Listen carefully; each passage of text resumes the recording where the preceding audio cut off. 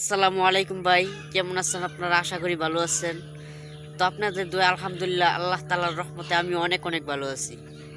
তো বিষয়টি হলো ভাই, আমার বাড়ির পাশেই পরিচিত আমার এক বন্ধু, সে ইউটিউবিং করে। হ্যাঁ, তার সাবস্ক্রাইব হয়তো 65,000-এর মতন হয়েছে। তো হয় একটা উপদেশ দিল আমাকে যে এমনিতে ঘোরাফেরা না করে একটা ইউটিউব চ্যানেল খোল। তো তার কথা মতন আমি একটা চ্যানেল খুললাম।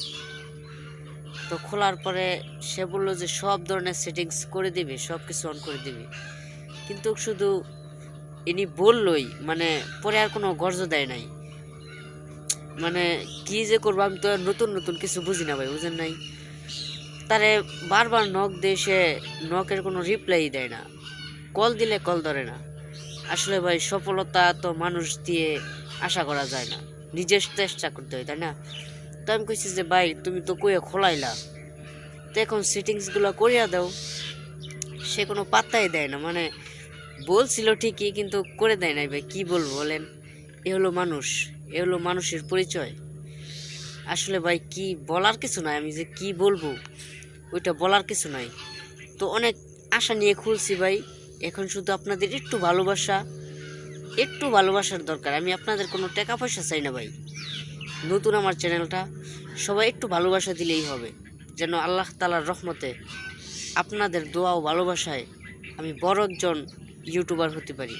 আমার স্বপ্নটা ইনশাল্লাহ আপনারা পূরণ করবেন, প্লিজ আপনারা পূরণ করবেন।